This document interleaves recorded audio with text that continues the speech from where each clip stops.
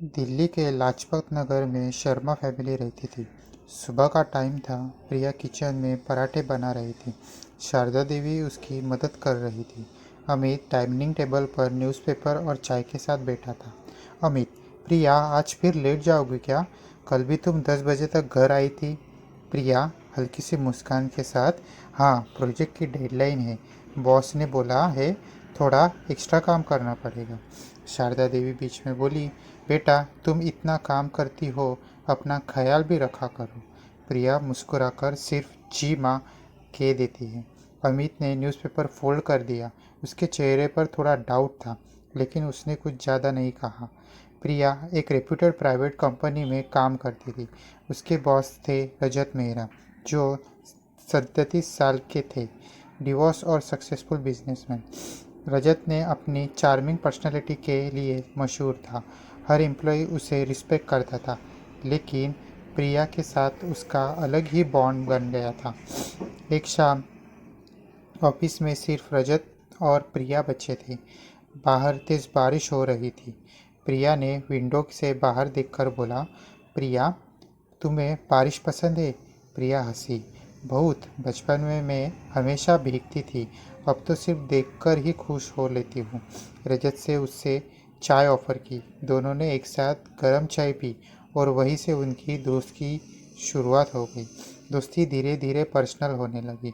Lunch break में एक साथ खाना, ऑफिस के बाहर डिनर और लेट नाइट व्हाट्सएप चैट। एक दिन रजत ने प्रिया से कहा, प्रिया, तुम मेरी बेस्ट एम्प्लॉय नहीं हो, तो मेरी ज़िंदगी का एक इम्पॉर्टेंट हिस्सा बन गई हो।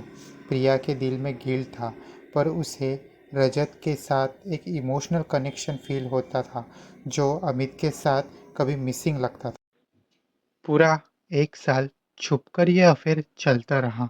ऑफिस ट्रिप्स में दोनों पास आ जाते और घर पर प्रिया एक अच्छी बहू और बीवी की तरह बिहेव करती। रात को प्रिया अपने गिल्ड के साथ सोती। अमित मुझे प्यार करता है, फिर मैं ऐसा क्यों कर रही हूँ?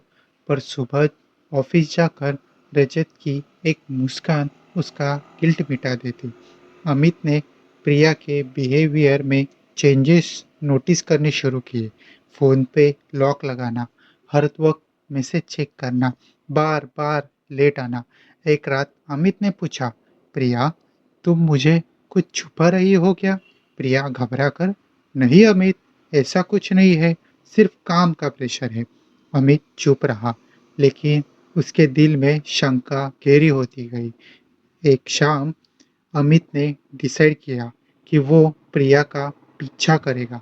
उसने देखा कि प्रिया ऑफिस के बाहर रजत की कार में बैठी और दोनों कॉफ़ी पीने चले गए। अमित का खून खोल उठा। उसने उसी रात प्रिया से कुछ नहीं कहा, पर अंदर से वो टूट गया था। 2 दिन बाद प्रिया ने अमित का सामना किया। अमित चिल्लाते हुए, प्रिया, मुझे सब पता चल गया है। तुम और तुम्हारा बॉस रजत। तुमने मेरी बीवी को मुझसे छीन लिया। अमित, तुम गलत समझ रहे हो। प्रिया और मेरी दोस्ती बस एक कनेक्शन था। तुम अपनी वाइफ को समझो। अमित ने उसे धक्का दे दिया। दोनों के बीच लड़ाई होने लगी। कर्मचारियों ने बीच बचाव करवाया। प्रिया भी वहां पहुंच गई और दोनों को रोकती रही। बस करो, तुम दोनों के बीच मैं ही हूँ, मैं ही गलती पर हूँ। जब घर पर बात पहुंची तो शारदा देवी और रघुनाथ जी शॉक हो गए। प्रिया बेटी, तुमसे यह उम्मीद नहीं थी। तुमने हमें अपनी बेटी माना था और तुमने ही घर की इज्जत तोड़ दी। माँ जी, मैं दोषी हूँ, मुझसे गलती हो गई। अमित चुप था, लेकिन उसके दिल में आग लगी हुई थी।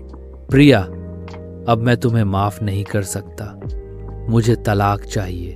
अमित, एक चांस दे दो, मैं अपनी गलती सुधार लूंगी। मुझे मत तोड़ना। बेटा, शादी एक पवित्र बंधन है, सोच समझकर फैसला लेना। कोर्ट के पेपर्स टेबल पर पड़े थे।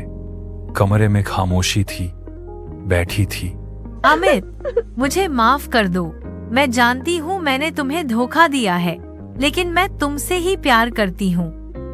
रजत एक गलती था, एक लम्हे की कमजोरी।